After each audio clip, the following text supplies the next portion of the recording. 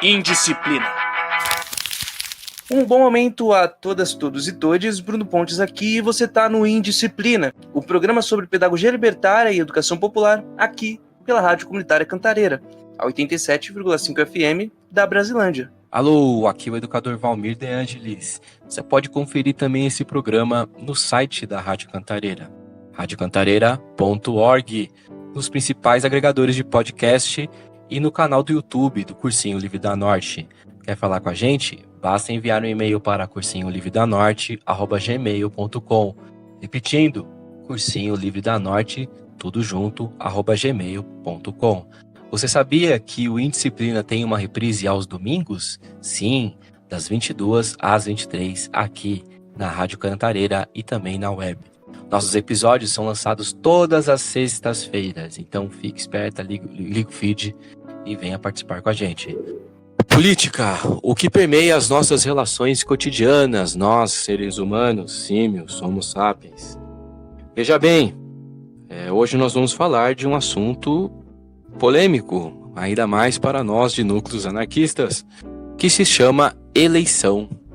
Sim, eleição dentro desse sistema democrático.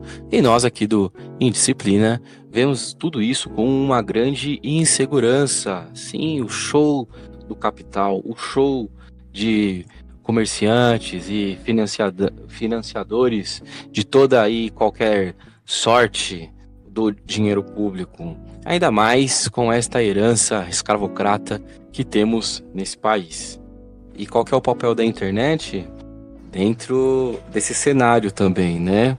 Recentemente a gente viu o Bolsonaro falando que quer voltar para as cédulas de papel, né? Tem tanta coisa que a gente poderia fazer nesse país aqui, apenas com a nossa tecnologia, né? E com a força do brasileiro trabalhador. E aí a gente tem no comando, né, dentro desse governo, um cara completamente... Não que outros, né, tenham lutado muito bravamente pelo país, ou que engrossem o coro ultranacionalista, mas é impressionante como a gente é mal representado para os outros povos, para os outros países, e tendo uma evolução dentro desse sistema democrático posto, né, que ultimamente é de cartas marcadas, a gente tem um governante que apoia o retrocesso não só das medidas de efetivação de uma eleição limpa e de escolha democrática, como diversos outros atrasos. Mas hoje a gente está falando de eleição. Bruno, vai votar em alguém? A pergunta. Devidamente que sim, é porque a gente meio que é obrigado aí, né? Você paga a multa? Eu não pago, porque empregado do Estado eu fico meio ansioso. Olha... Com medinho de esquecer e depois meio que não arrumar emprego, né? Aí fica meio moiado. Entendi. Tem que ter o título em dia, né? Pra gente já entender como é que funciona esse sistema, né? Ou seja, a votação propriamente dita, ela é obrigatória e não opcional. Será que as pessoas sabem quem elas vão votar? Será que elas sabem como que funciona? É muito difícil da gente ver esse tipo de coisa, né? Porque o pessoal já tem falado tem bastante tempo, né? Que o número de nulos, assim, tá começando a crescer. E aí a pessoal tá indo obrigado, né? Porque a gente já falou, né? Que é obrigatório. E no fim não se preocupa nem com... Nem o pessoal que defende essa democracia representativa se preocupa de fato com ela, né? Sim. Outra coisa que eu consigo perceber muito também, Bruno, é que as pessoas não sabem nem a diferença entre os três poderes. Realmente... E acho que isso que ocasionou também uma aberração dessa na presidência, porque se a gente for pensar bem, do poder público, quem afeta a nossa vida mais diretamente, né, de forma mais direta, é o prefeito e o vereador, ou seja, o executivo e o legislativo.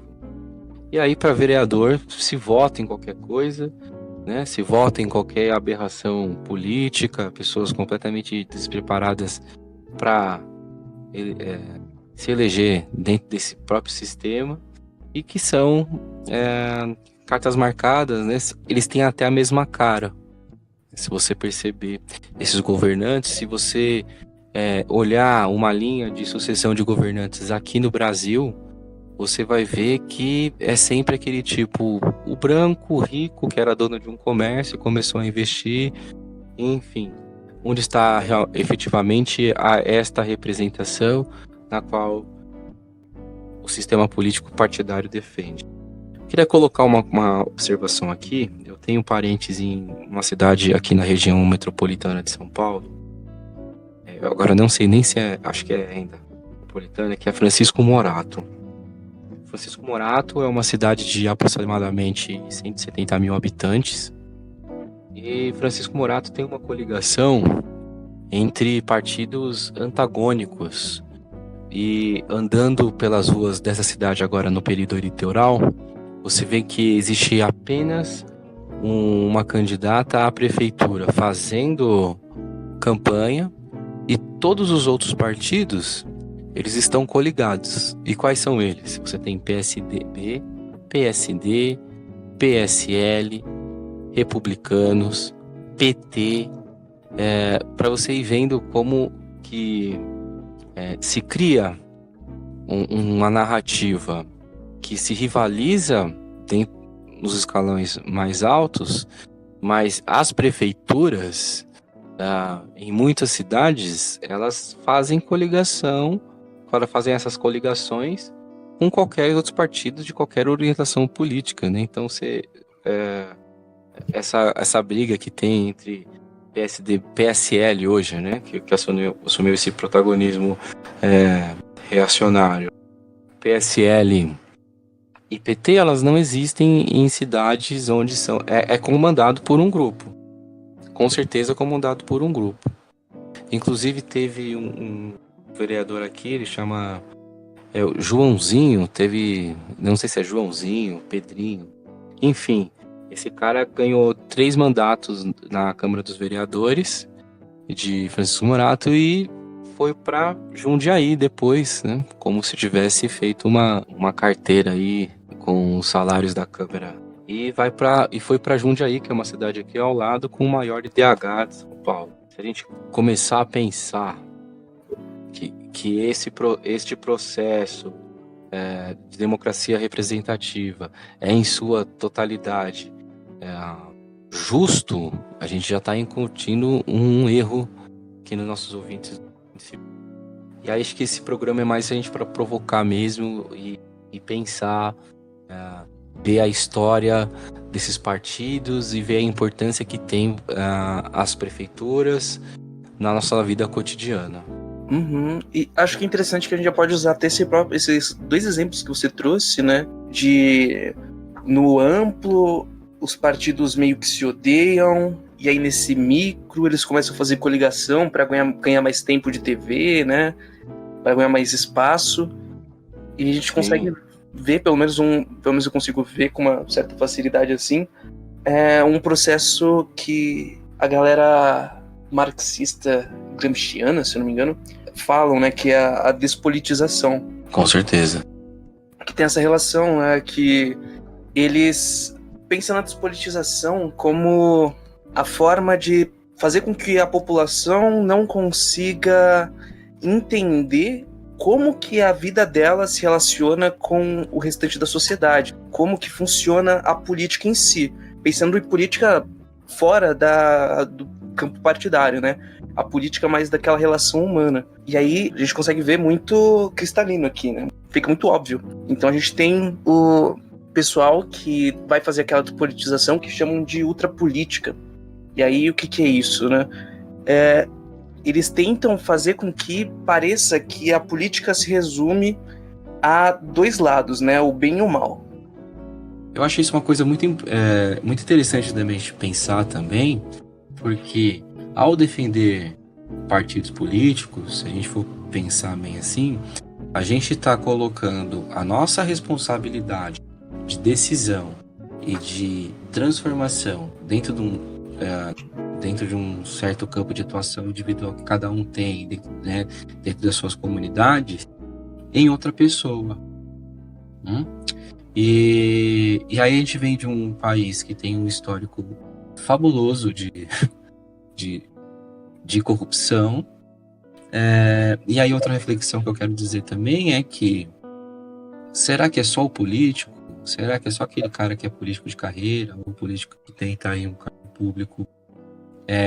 Será que só esse cara ele é corrupto?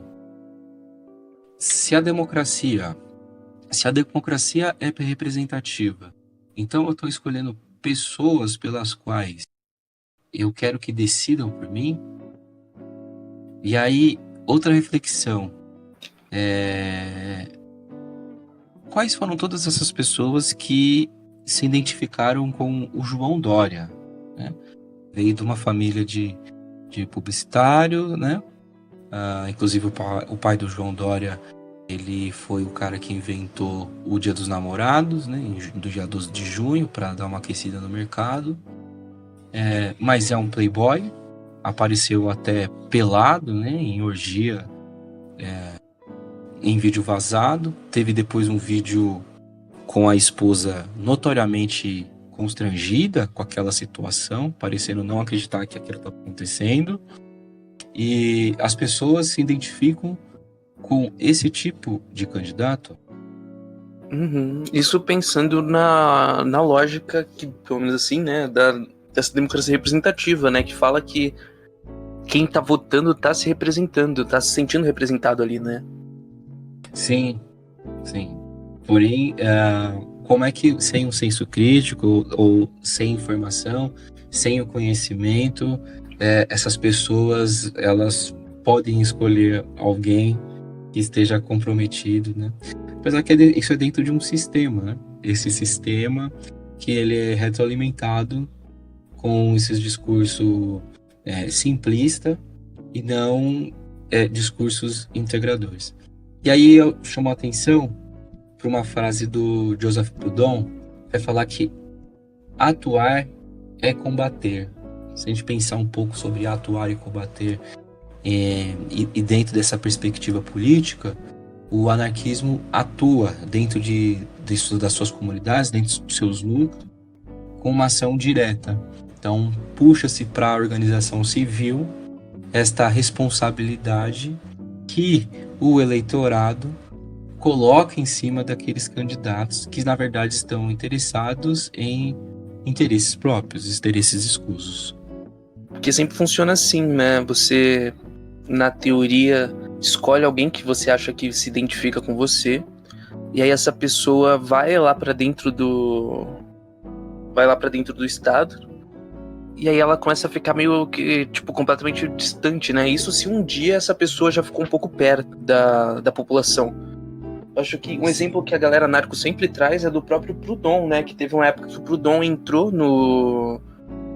eu não me lembro se a terminologia certa era vereador mesmo, mas ele foi eleito pra ajudar na construção de leis, essas coisas na França. E aí ele vai falar que aquela época que ele ficou lá dentro foi a que ele se sentiu mais distante da população, né? E aí, mesmo sendo um cara que passou a vida estudando e trabalhando junto com a população operária, ele lá dentro não conseguia acompanhar o que estava acontecendo com a população operária. Então são tantas demandas que o Estado faz, né, naquela parte burocrática dele, que aí fica impossível que a pessoa, mesmo que com as melhores intenções dela lá dentro, que ela consiga participar de volta aqui fora, né? Sim, com certeza. E a gente pensar também, Bruno, que o Proudhon nem no país da carteirada ele vivia, né? Que aqui, o Brasil é o país da carteirada, né? Eu sou fulano de tal, sabe com quem estar falando, né? E aí eu trago uma frase aqui do Bakunin, que mais ou menos dizia que se você pegasse os mais ardentes revolucionários, desse muito poder a ele, né? E em um ano ele seria pior que o próprio Czar. Ou seja, né? Então é bom que traz essa discussão, né? O Proudhon vai conversar diretamente com o Bakunin e talvez justificar até a sua saída, né? Porque depois, se a gente pegar algumas frases contra o Estado, a gente vai perceber que ele é um crítico ferrenho ao establishment. Aquilo que o Bolsonaro fala que é contra, mas ele é o próprio, né? Ele fala contra o sistema, porém ele é o próprio sistema. E é uma coisa recorrente, isso a gente pode notar nos discursos em períodos eleitorais. Sou contra o sistema, eu vou e vou fazer, né? E aí a gente vê que, na realidade, a gente só consegue olhar as obras e olhar a prefeitura trabalhando em períodos eleitorais. Então a gente tem 3 anos aí de cidade jogada e no último ano se faz uma reforma aqui, outra ali, se paga R$50 para distribuir santinhos e pessoas... Uma cena me chocou muito em Francisco Morato foi que pessoas de um pouco mais de idade e uma mulher bem mais nova batendo palma, gritando com eles, falando: vamos, gente, vamos balançar a bandeira. Para mim é trágico ver pessoas idosas tendo que trabalhar debaixo do sol quente para hastear uma bandeira e balançar uma bandeira de político, né? Sendo que este mesmo virará as costas assim que terminar o pleito eleitoral. Isso sem falar que já tá de costas viradas, né, no fim das contas. Sim. Então, a gente vê que isso é uma prática recorrente na história. O coronelismo nada era mais que isso, né? Você tinha um dono de terra, você tinha aqueles donos da cidade aí, que a gente tem nós temos em muitas cidades brasileiras ainda coronéis.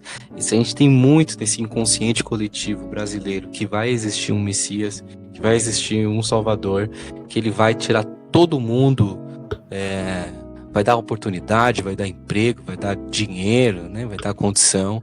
Mas na verdade a gente tem um sistema político-partidário bem complexo, e isso não acontece. Então a gente tem sempre aqueles núcleos que vão facilitar mais para aqueles que têm dinheiro. Exatamente. E até, não sei, até trazer um exemplo do que você acabou de falar, né? Desse fingir que faz, que quando está dando os 4 anos, o pessoal começa a correr para falar que fez um monte de coisa, né? Aqui mesmo onde eu moro, estão construindo um céu. Se eu não me engano, já fazia uns 3 anos que estavam construindo esse céu aqui. E aí, antes de ter um céu, tinha um clube-escola. E aí ele derrubou o clube-escola, começou a construir esse céu, e aí parou, sabe? Levantou a parte básica, assim, do prédio e pararam. E aí agora, nesses últimos meses, aí os caras terminaram, assim, rapidinho, sabe? E aí quando a gente para pra ver, a criançada passou no mínimo 2 anos sem ter um espaço pra fazer as atividades que faziam lá dentro. Então, que clube escola, a gente tem várias coisas, né? Vai ter aula de esportes, várias atividades nesse sentido. E aí a galera perde isso. E aí perde por 2 anos, porque o que o Bruno Covas estava fazendo nesses 2 anos que não podia fazer o céu, sabe? Exatamente. E o Bruno Covas, na verdade, ele também era vice de um cara que, em discursos, disse que não largaria a prefeitura de São Paulo para concorrer qualquer eleição que fosse, né? E aí o Dória vai e concorre a governador, como a gente já falou dele anteriormente, e ganha a prefeitura. Foi muito bom você ter falado do Bruno Covas, porque existe um conceito dentro da política nacional, que é um conceito mesmo, né? A oligarquia. O que é oligarquia? Você tem famílias controlando cidades e estados, né? E recentemente também agora a família Bolsonaro, essa família de bandido, né? Controlando o país, tentando institucionalizar as milícias. Ou seja, o próprio Estado cria anomalias sociais, né? Aberrações sociais, como esses grupos armados de milícia, que são agentes do Estado, e aí quer institucionalizar esses agentes do Estado por conta de uma coisa que o contribuinte, o cidadão, já paga, que seria a sua segurança pública e o fornecimento desses serviços aí primordiais aí. Enfim. Então, o Bruno Covas, ele é neto do Mário Covas. O Mário Covas também foi prefeito de São Paulo, Mário Covas também foi governador de São Paulo. E aí você tem uma família dentro da política. Fernando Collor de Mello, que também começa no início dos anos 90, ele era filho de um senador, o senhor Arnon de Mello, que na época tinha a afiliada da Globo no estado deles, e o Arnon de Mello matou um outro senador, ou deputado, não me lembro direito, dentro do Congresso. E ele não foi preso porque ele tinha um apoio midiático, fazendo campanhas para que o senhor Arnon de Mello é um homem íntegro. E ele mirou um e matou outro, um cara que não tinha nada a ver. Você imagina, num país onde no Congresso Nacional se entra armado e se mata alguém, como é que a gente pode... E aí, você tem outras famílias também, né? Você tinha a Rosiana Sarney, que era filha do Sarney, enfim, Sarney, doença ruim de curar, durou 5 anos. E que também pleiteou cargo aí na presidência da República, mas também caiu por corrupção. Você tem o caso aí do filho do Bolsonaro também, nesse esquema milionário de rachadinhas. Você tem o Bolsonaro fazendo confissão pública que usava o dinheiro para comer gente de forma, enfim, nossos ouvintes vão entender, ou seja, desviando o dinheiro público, e fora as outras coisas que são inúteis para a população, é a população que mais precisa de recursos, e são gastos ou em propaganda, muito em propaganda. Então a gente tem o Partido Republicanos, que na verdade é um partido que praticamente é a Igreja Universal desse partido, e fazendo essa lobotomia em massa de se votar naquele que que vai acabar com a corrupção. Inclusive o Bolsonaro disse também que não existia, acabou com a Lava Jato porque não existia mais corrupção. Veja bem, o vice-líder do governo enfiou dinheiro naquele lugar onde não bate sol, né? Estão evoluindo, eram na cueca, né? Agora estão dentro, o dinheiro está dentro deles literalmente. Enfim, se a gente pensar nessa linha de raciocínio, que a gente tem uma corrupção familiar, generalizada, em um esquema imenso, aqui não estou dialogando com o mecanismo da Netflix, mas para a gente pensar realmente, esse sistema funciona? Esse sistema vai fazer alguma coisa para a população ou ele é um sistema de propaganda? De tirar... Você tem as fotos do José Serra, do João Dória comendo pastel. Você tem um estereótipo de como que funciona esses políticos.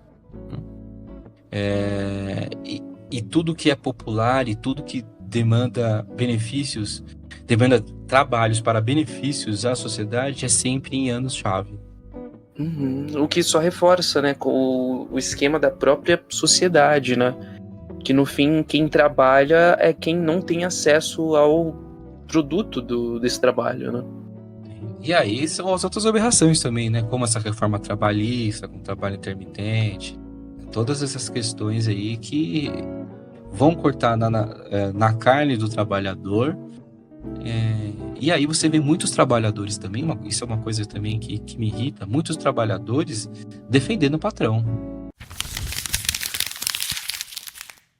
Tá gostando do papo? Ainda não acabou. O Indisciplina volta já.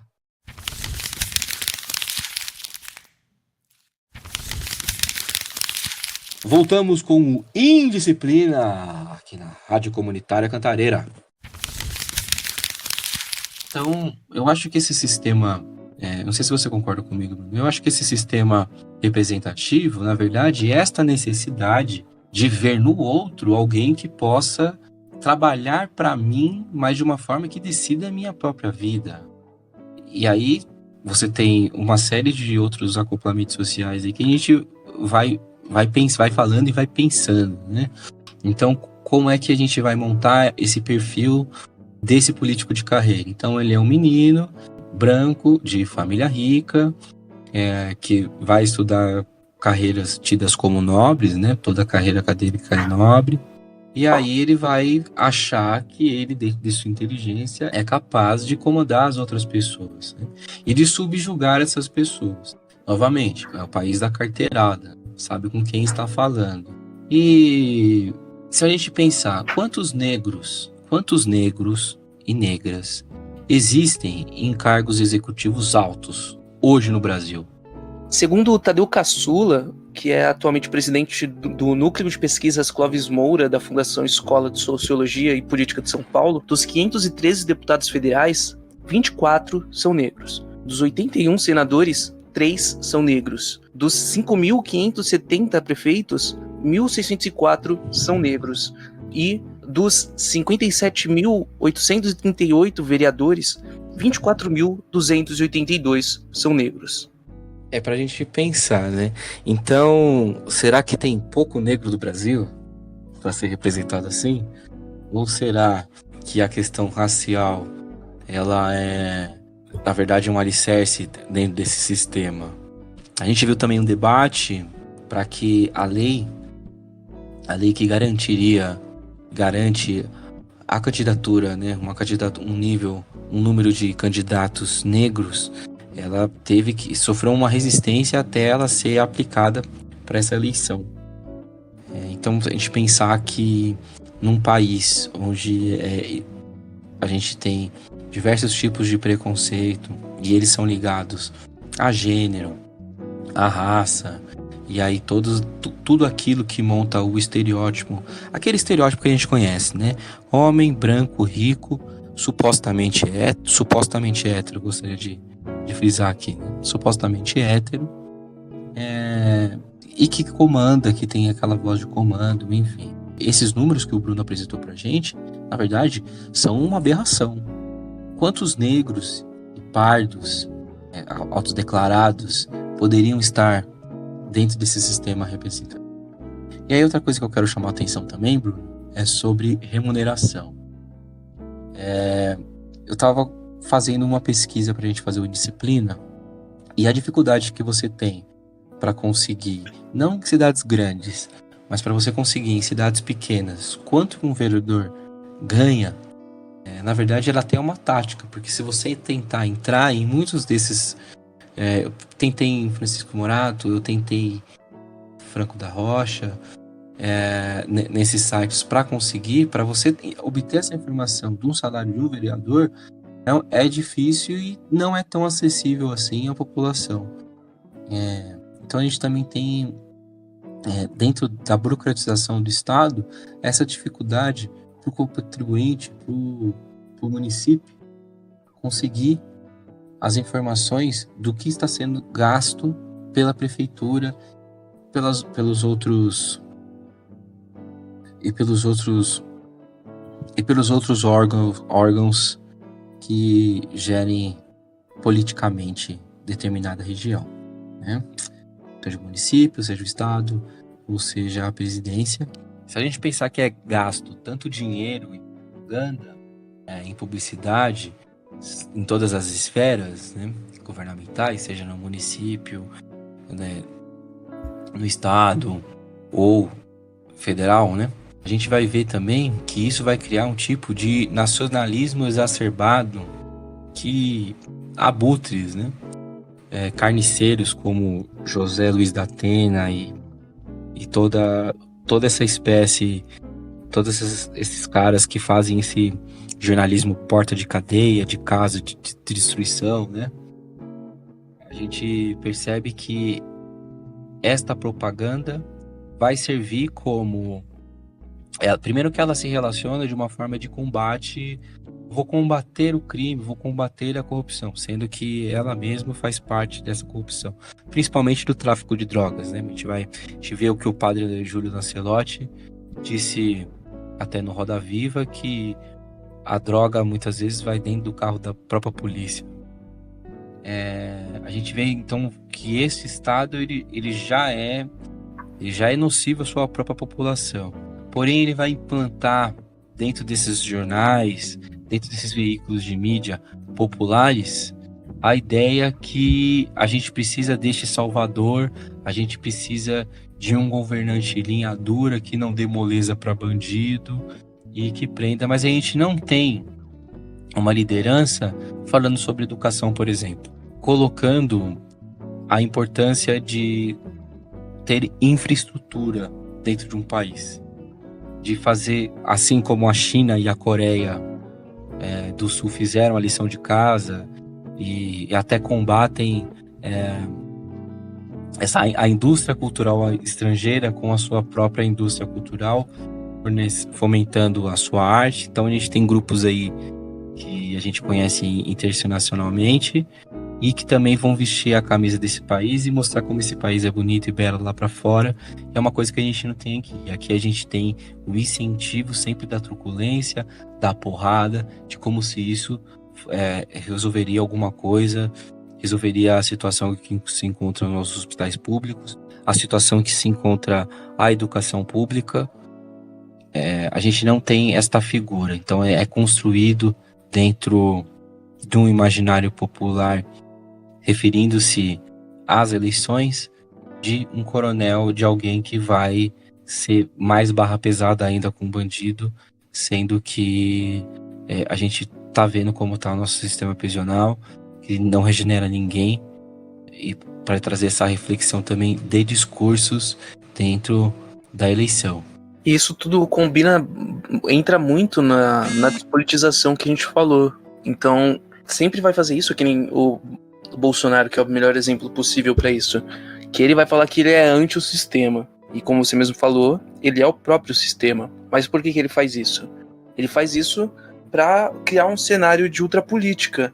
Então, vai ter o sistema, que é o vilão, e vai ter o Bolsonaro, que é o herói, né? Ele que vai acabar com o sistema, ele vai acabar com tudo isso que tá aí, tá ok? Mas o que é isso que tá aí? O que ele vai mudar? Tanto que a gente consegue perceber que ele não só não mudou essa base da nossa crítica, né? Óbvio que ele piorou muita coisa ali, mas isso que ele piorou já é parte do sistema que ele tanto criticava. E aí tem essa grande linha, né? Que você cria uma imagem de santo, que você tem a verdade, que você é o bem, e cria um espantalho para ser o vilão. Então, Bolsonaro criou o Estado comunista como vilão, que é o Estado comunista do PT, que ele vai combater e vai acabar com o PT, com Paulo Freire, com tudo que isso que é comunista. Sim, e como essa narrativa, Bruno, que você é comunista, que você é comunista, ela, se você fazer uma análise disso, ela vem de muito tempo. Quando o Collor concorreu com o Lula lá em 89, se falava sobre comunismo. Se você pegar algum político que se diz... Porque hoje ninguém é de direita. Acho que é bom falar isso, né? Em 2018 a gente falou que tem muita gente de direita. E hoje as pessoas são de centro. Então é também uma coisa que... É um discurso que você vê que ele é completamente maleável e que não serve a alguns princípios. Sim, e tanto entra até com aquele papo lá, aquela palhaçada da teoria da ferradura, que aí fala que os extremos, que a extrema esquerda e a extrema direita são iguais. O certo é você ficar no centro. Então, anarquista e nazista é a mesma coisa. Exatamente. Mas aí, esse debate, já que extrema esquerda e extrema direita é muita coisa, já não é um debate que está acessível aos populares, né? Às grandes massas populares, porque eles não sabem o que é isso, né? Sim. Se você imagina que, como no exemplo que eu dei aqui de Morato, se eles soubessem o que é direita e esquerda, quando eles vissem coligação PT, PSL, era óbvio que existiria um grande espanto, né? E essa prefeita aí que concorre ao cargo não venceria. Eu queria fazer aqui uma menção honrosa a um professor chamado Achille Mbembe, né? Vai falar muito sobre essas questões colonialistas, mas ele vai cunhar um termo que está em voga hoje, que é a necropolítica. Então, o que é a necropolítica? É a política de morte adaptada para as práticas do Estado. Então, essa política de morte, ela não é sazonal, ela não é um caso. Na verdade, ela é necessariamente a regra de como que a política vai funcionar. E é muito interessante quando a gente pensa também sobre como é tratado os mais pobres, as pessoas em situação de rua, porque o próprio sistema trata de eliminar essas pessoas, né? Então, o maior exemplo que a gente tem no país é o Bolsonaro. Então, você vê intelectuais falando, até cunhando, né, essa bandeira da necropolítica para acusar o Bolsonaro do que ele está fazendo, de ser contra a ciência. A gente tem... e aí, outra fase muito interessante é que quem não gosta de política é governado pelos aqueles que gostam, né? Então, acho que para a gente ter uma visão anarquista, que a gente está dentro, nós estamos dentro da sociedade, né? Mas não dentro desse guarda-chuva que é a democracia representativa, é que a gente faz a nossa própria forma de política, a nossa própria forma de organização. E é uma forma política de construção. Então, se a gente pensar em educação anarquista, a gente vai ver que nós fazemos esta conversa com os alunos e alunas, e em outros, o sindicalismo também, o anarcossindicalismo, essa união, essa cooperativa entre os trabalhadores. Porém, a gente faz uma política pela vida, né, uma política do amor.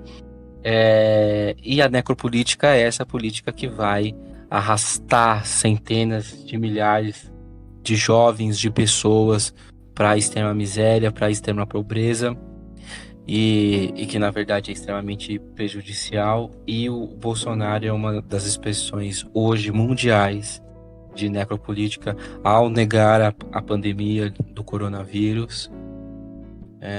Porém, Bruno, eu acredito que com a derrota, a gente pensando em eleição também, pensando como a derrota do Trump, se pelo menos a gente tem, não que o Joe Biden não seja outro velho escroto, mas que a gente tenha pelo menos voltar a uma conversa.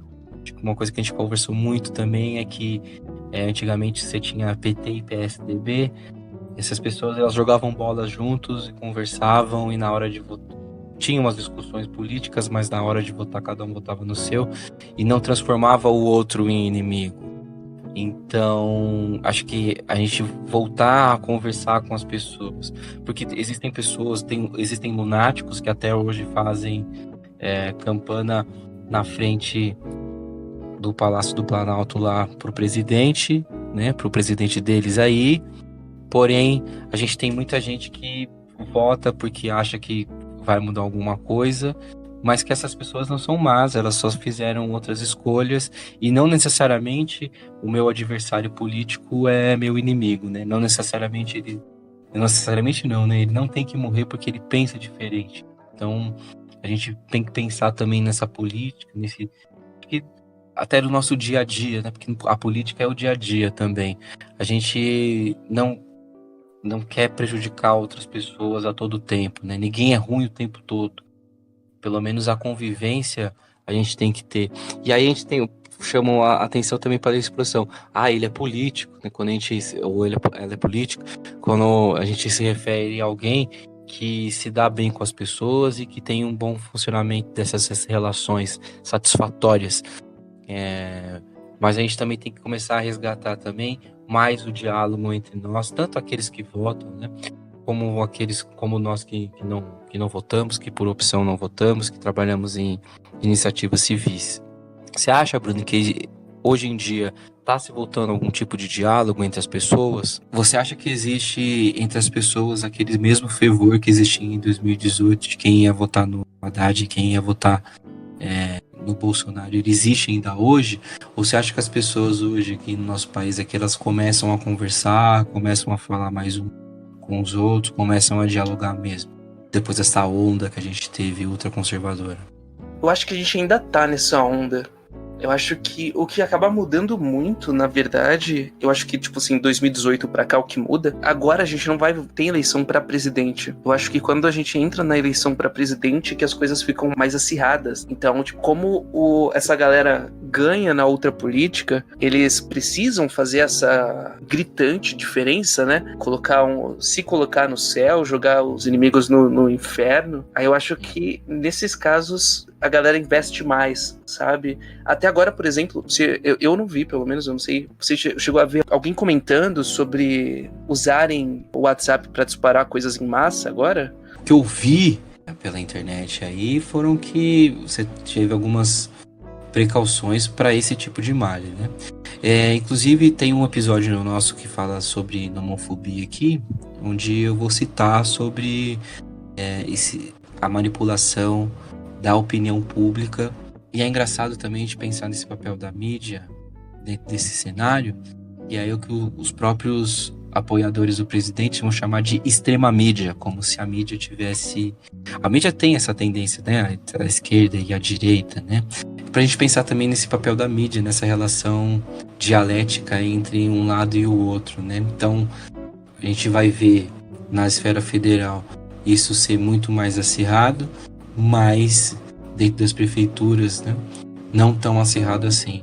Se a gente pensar nesse extremismo, que a gente vai falar com alguém, com uma pessoa de qualquer posição política que eu possa ter, que a pessoa possa ter, e essa pessoa vai brigar com a gente, vai bater na gente, enfim, lá fora, né, fora da bolha da internet, isso de fato ele não existe. As pessoas, elas convivem.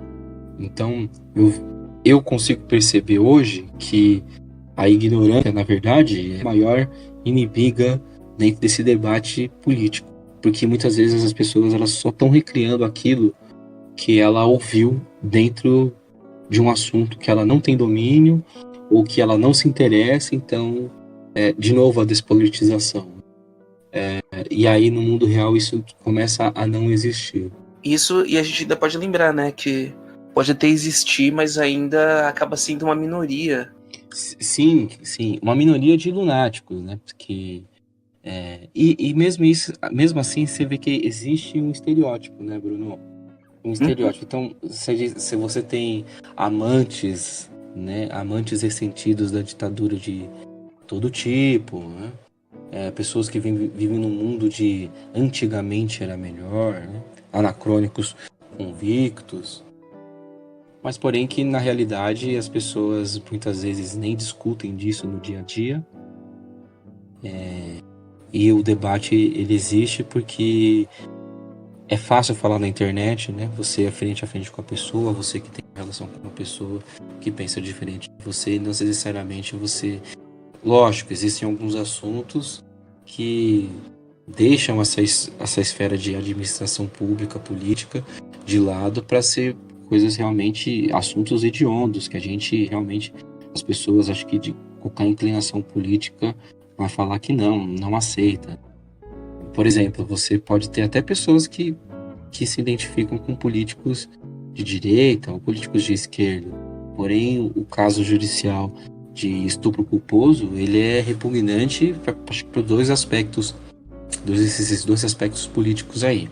E aí, o que acontece, acho que aí também essa necropolítica vem, esse discurso, esse conceito de necropolítica também vem daí, que a gente começa a pensar que esses políticos, necropolíticos, vão alimentar um debate que, na verdade, não funciona.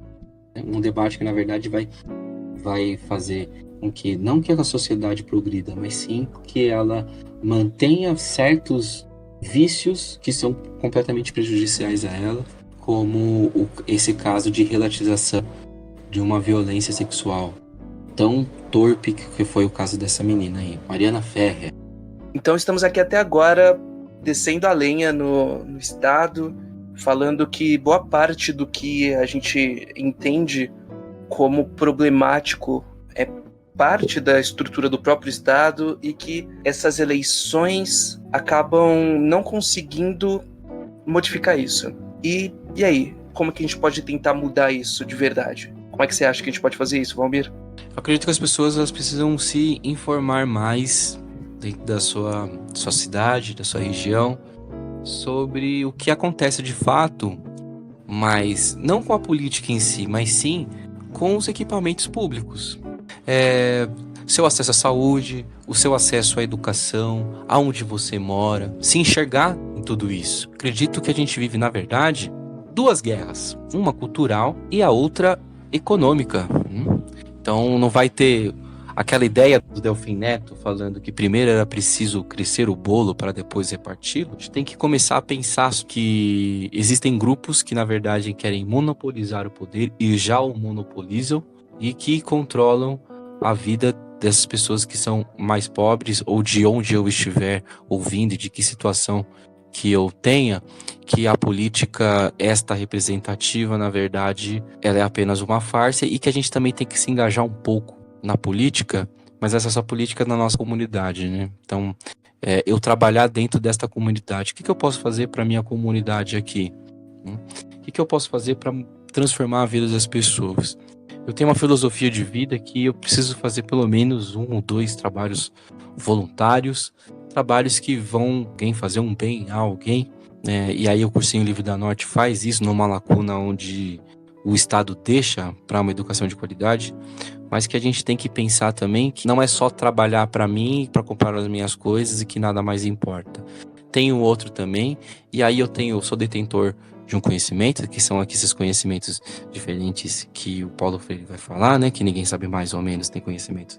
As pessoas, elas têm os conhecimentos diferentes. Você não precisa ter dinheiro para transformar a vida de alguém que mora no mesmo lugar que você. Você pode tomar uma atitude política, seja se organizando dentro de coletivos, fazendo alguma ação que vá propiciar o bem ao maior número de pessoas possíveis e não colocar toda essa responsabilidade em pessoas que você nem sabe quem é e você só vê o rosto estampado de 4 em 4 anos. E você, Bruno, o que você acha?